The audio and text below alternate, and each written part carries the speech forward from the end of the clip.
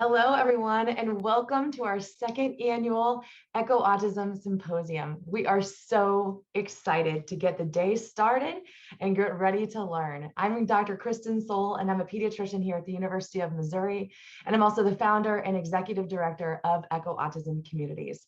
I'm here to welcome you and to really get this incredible day kick-started. One of the things that I think is the most important about days like today is to help everyone who's here and who's listening best understand what we're all about and what this day is all about. So first of all, Echo Autism Communities is all about helping people think about what's going to be possible. What we know, I'm a clinician, I'm a pediatrician, and I've been serving children with autism and adults with autism for about a little bit more than 15 years. And it is my honor and privilege to be able to walk alongside so many people. Honestly, they teach me more than, frankly, I do for them. And you know what? It's so much fun. And so I think today we're going to get to learn together. There are many speakers today that have autism or are autistic. We embraced curiosity here. So I'm constantly learning, both as a professional and from autistic partners. So I hope that you will join us in that. We have many pillars to our programming, but several are very, very important to what we do. And so I want to share those with you because I think they anchor our work today. Today will be about learning. So that is a little bit about work, right? So I'm going to encourage you to really embrace curiosity. Maybe if there's going to be something today that makes you think, I don't know if I agree with that. Well, guess what? We can all learn something from a different perspective. Maybe there'll be something that challenges you to think about something in a different way, or maybe it'll cause you to think about something that you already thought you knew, but maybe it'll open something in a different direction that will help you to think about something else. So we love to embrace curiosity. The other thing that we also love to think about is something we call co-production of care and discovery. What I know, again, as a clinician and as a researcher, is that I can't do anything without partners, whether that's caregivers or autistic people right alongside me. Sure, I can think I know a lot, but that usually doesn't result in great results unless I'm working hand in hand with the people who actually are living lives, who have whatever's going on, right? I know there's a lot of talk about, is autism, am I autistic and it's my identity, or is it something that's affecting my life, or all of these things. And some of those things we're going to dig into today. And that's great. Every one of those perspectives is welcome right here. So we're really excited to dig into that today. We've worked really hard to make sure that we have lots and lots of voices represented. And so we can't wait to have you engaged in that as well. One of the most fundamental things that we believe in is that we see possible in all abilities.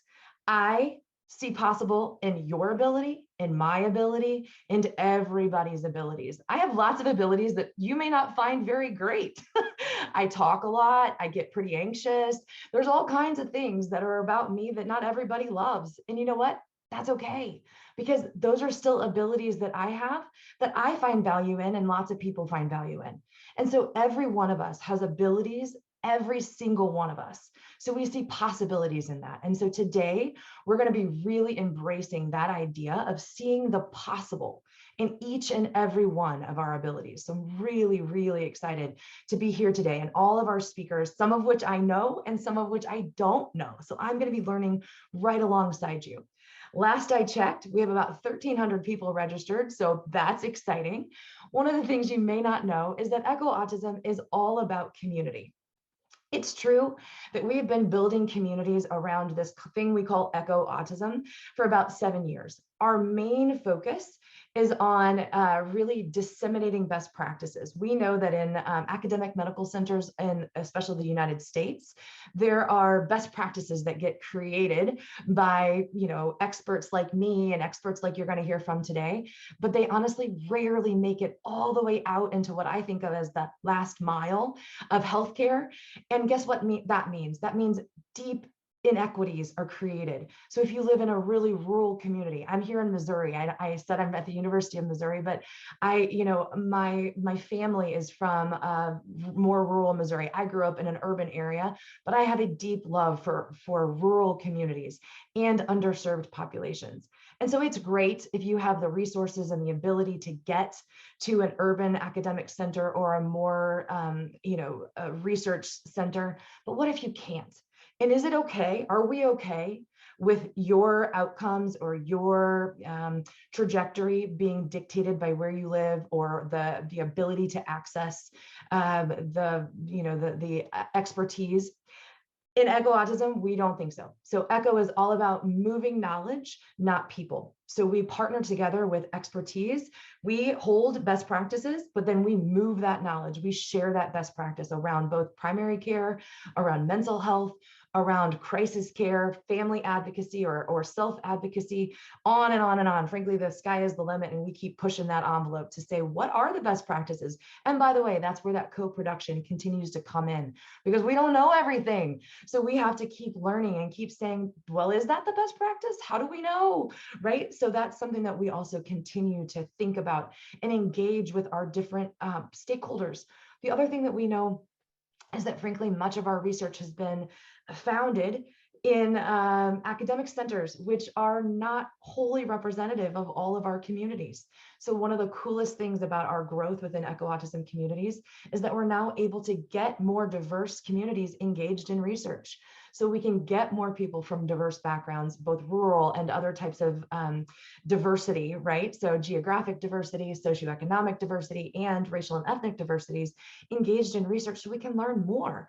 That way we can actually see, well, what does it look like in these different types of communities? So we can really say, well, actually, maybe it's different. We know it's different, but we can found some of our research in different ways. So these are really important things that we're doing right here in Echo Autism communities. So it's fun because we're part of a global community. We have Echo Autism programs in about 50 US institutions now. And so we've been using this model for about 7 years, started right here at the University of Missouri, but now we have programs all over the US and in about 25 international locations. We're really growing fast. We now have Europe, Asia, Latin America, Canada, all over the place. And so really, really excited to be saying, you know what? How about we take that phenomenal knowledge that's growing in our academic centers, and instead of saying, you got to go and get it, let's move it. Let's move it. You can still need those academic centers. We need academic centers. There will always be a place for people, frankly, like me, to churn out that really important, rich knowledge that's coming out of our academic knowledge. That's super important. And yet I would charge us, those of us that live in those spaces, to say, and what are you doing to give back to the people that live in rural and underserved populations? Those people count. Every one of us counts, right? So it's thinking about, how do we think about something that maybe we don't think about every day? Sure, I can write papers all day long, although, by the way, that's not my favorite thing to do. But I can think about, and I can write grants, and I can do all of those things. But who does that help? It might help some people, and it probably does. And those are really important things. But when I retire or when I die or whatever comes first, sometimes I like to think about that too. I want to know that I have left a legacy that allows people who are wherever they are, they have access to best practice autism and disability care that they didn't have before. It's unlikely that I will have reached the corners of every single place around this entire world by the time I retire or I die, whichever comes first. That's the joke. But you know what? I sure hope that it's improved before that happens. And I hope that all of you continue that important mission, that we can say, you know what? It's not okay that there are people on the Navajo Nation or that are in Latin America or rural Africa or wherever that can say, you know what? I now have access to tools that someone built at Harvard or CHOP or the University of Missouri or all of these phenomenal places. And I know how to get that for my child. So that's what we're here to do today. Now, there's going to be a lot of information coming at you. Don't worry. If you want to rewatch something, we will have that on our website. Usually it takes a couple of weeks just to get everything back up after, we just need to get it edited and all those kinds of things. But we also, because we're so committed to making sure that everyone who needs access can have access, they will be available for you on the website And they will also be in multiple languages. So we will have that available to you in multiple languages. Last year, we had about 100 languages. I haven't checked this year to see exactly how many languages, but many languages. So all of the talks today will be available in multiple languages. We also have live transcription available for you today. So if you're more, if it's more accessible to you to be able to read while our speakers are talking, that's great. Go ahead and do that. We are open to suggestions. So if there's something that would make this symposium today more accessible to you, please let us know. I can't promise we can do it today, but we can absolutely do it for next year, or certainly consider that for future opportunities. We want to learn with you, and we want you to join us in learning. Like I said, we don't know everything. We don't pretend to know everything. We have to learn together so that we can make things better for everyone. So also be on the lookout in the chat. So the chat is going to have lots of really important information, everything from how you're going to claim continuing education credits to how you're going to, if you would like to engage with us on social media, how you can ask questions of the speakers. All of those really important things are going to be available for you in the chat. We are a really growing global community. And so we have many opportunities for you to help us and the whole global community improve that movement of knowledge so that more and more people can have access to best practice autism and disability information and access. So please watch that chat box. If you are in a place where maybe you're on your phone, you can kind of move between screens and you'll be able to find the chat. You may just have to kind of move along your whatever device you're on and you'll see it. So hopefully that's helpful to you as well. So you've heard a little bit about Echo Autism. I, of course, am passionate about it, so I could talk for days. We do have a lot of data that backs up the work that we do. So we've been studying the use of the Echo Autism model and certainly are really committed to trying to prove and show that using the Echo model, which is, by the way, a much larger umbrella model, works well and works to move that knowledge and improve access to healthcare, education, advocacy across the world. And so we are thankful to that. We're not going to spend much time talking about Echo and the Echo model today. Today is really about us learning and us bringing those best practices to a broad audience, because we know not everybody can participate in ongoing professional development through our Echo Autism programs that happen weekly or sometimes bi-weekly or twice a month. But certainly those are open to you as well. So if you're listening and you might be a physician or a counselor or a psychologist or a early intervention clinician, speech, OT, ABA, if you're a parent or a self-advocate, we have many offerings that you are welcome to join. They're all no cost. And so certainly those are open to you, and I encourage you to check those out. We are really committed to figuring out how to do this. Last thing I'm going to say before we start with our awesome introductions of some really important people for the day, a couple of things to note. So I have a huge team that has made this happen. And so certainly they are behind the scenes. And I want to thank especially Melinda Odom and her team, Christy Kidwell, and several incredibly important others within our Echo Autism team. I'm not going to name all of them, but there is a massive team that goes from my team to this global audience that works for the better part of a year to put this together for all of you. You may wonder, well, where do they get, how does this work, right?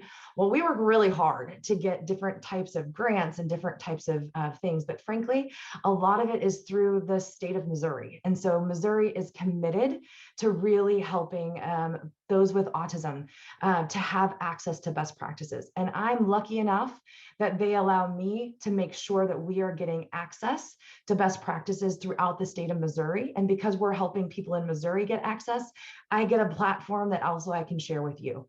And so if you're curious or want to know more about how all that works, let me know. But what I can assure you is that we are committed to making sure that we stay true to our values. We stay true to remaining curious, that we see the possibilities in all abilities, and that we want to learn alongside all of you. So if you ever are curious about what we stand for, who we are, what we believe, who funds us, all of those things, I can assure you that I don't shy away from tough questions, and you are more than welcome to ask me and I will answer. So those are important things that I think are important for us to know. And I think that we are going to have a great day.